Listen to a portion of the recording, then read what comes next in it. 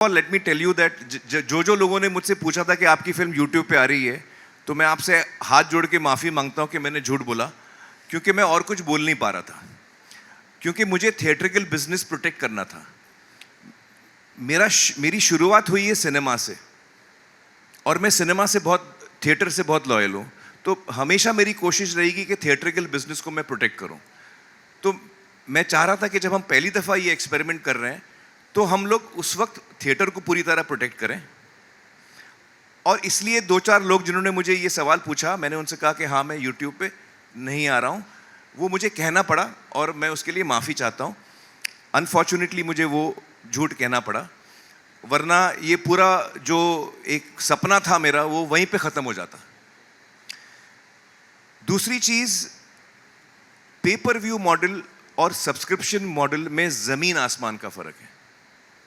जब मैं 8 हफ्ते बाद सब्सक्रिप्शन मॉडल पे आता हूं, तो जिसने सब्सक्रिप्शन लिया हुआ है जिस भी OTT का, वो मेरी फिल्म खरीद नहीं रहा है।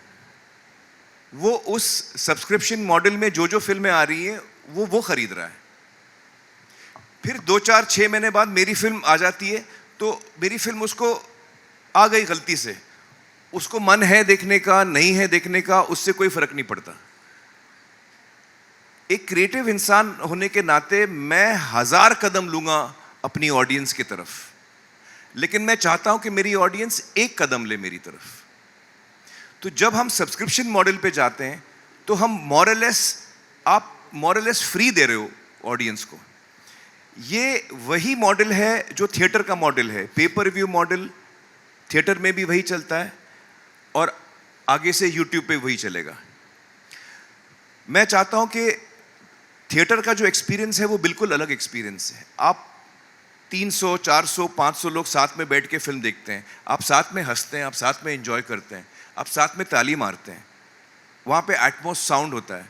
वो एक पूरा अलग ही एक्सपीरियंस होता है, और ये एक अलग एक्सपीरियंस है। उस एक्सपीरियंस में एज एन ऑडियंस मुझे ज़्यादा अमेजमेंट हो सकती है। इस मॉडल में, जो यूट्यूब का मॉडल है, उसमें कन्वीनियंस ज़्यादा है। अगर मेरी तबीयत ठीक नहीं है, मेरे पैर फ्रैक्चर है, मैं 2 महीना घर से निकल नहीं पा रहा हूँ, मुझे कोई और तकलीफ है, तो मेरी फिल्म मिस हो जाती है, फिर मैं कैसे देखूँ? So this is to cover up that. तो मेरी फिल्म, जैसे आपको पता है, OTT चैनल्स पे या सब्सक्रिप्शन मॉडल पे नहीं आई है, और उसकी वजह ही ये थी कि मैंने ये प्लान किया था कि जब हम थिएटर से हमारा बिजनेस ख़त्म होगा, तब हम पेपर व्यू मॉडल पे आएंगे और यूट्यूब पे आएंगे।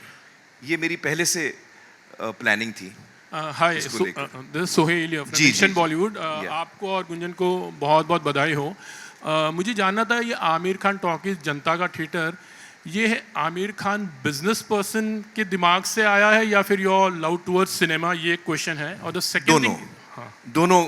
मैं एक क्रिएटिव इंसान भी हूँ, और चूंकि मैं एक प्रोडक्शन हाउस संभालता हूँ, मुझे बिजनेस भी संभालना पड़ता है। तो अगर जो हम फिल्में बना रहे हैं, एक तो क्या है कि जब मैं सितारे ज़मीं पर भी कर रहा था, तो लोग मुझसे कह रहे थे कि आप सितारे ज़मीं पर क्यों कर रहे हैं, आप कोई एक्शन फिल्म करिए। अब क्या मैं हर फिल्म, हर एक्टर और हर डायरेक्टर सिर्फ एक्शन बनाए, क्योंकि थिएटरों में सिर्फ लोगों को एक्शन फिल्में देखनी है या बड़ी स्केल की फिल्म देखनी है, बस हम अभी वही फिल्में देखेंगे? तो एज अ क्रिएटिव पर्सन मुझे अलग अलग फिल्में बनानी है। मुझे पीपली लाइफ भी बनानी है, मुझे धोबी घाट भी बनानी है, मुझे डेली बेली भी बनानी है, मुझे दंगल भी बनानी है। हर किस्म की फिल्में बनाना चाहता हूँ। तो इस तरह मुझे फ्रीडम मिलता है कि मैं जो चाहूँ मैं बना सकता हूँ। I am not held back by anything. तो ये क्रिएटिव वजह से भी मैं कर रहा हूँ, और बिजनेस वजह से भी मैं कर रहा हूँ। बिजनेस वजह से मैं इसलिए कर रहा हूँ ताकि मैं चाहता हूँ कि सिनेमा जो है, जो आज के डेट में हम सब जब हम अलग से बैठते हैं, तो हम बात करते हैं कि किस तरह हमारा बिजनेस इफेक्ट हो रहा है, किस तरह हमारा बिजनेस इफेक्ट हो चुका है। तो ये एक तरीका है कि हम सिनेमा को वापस दोबारा एक इकोनॉमिकली वायबल प्रोपोजिशन बना सकते हैं।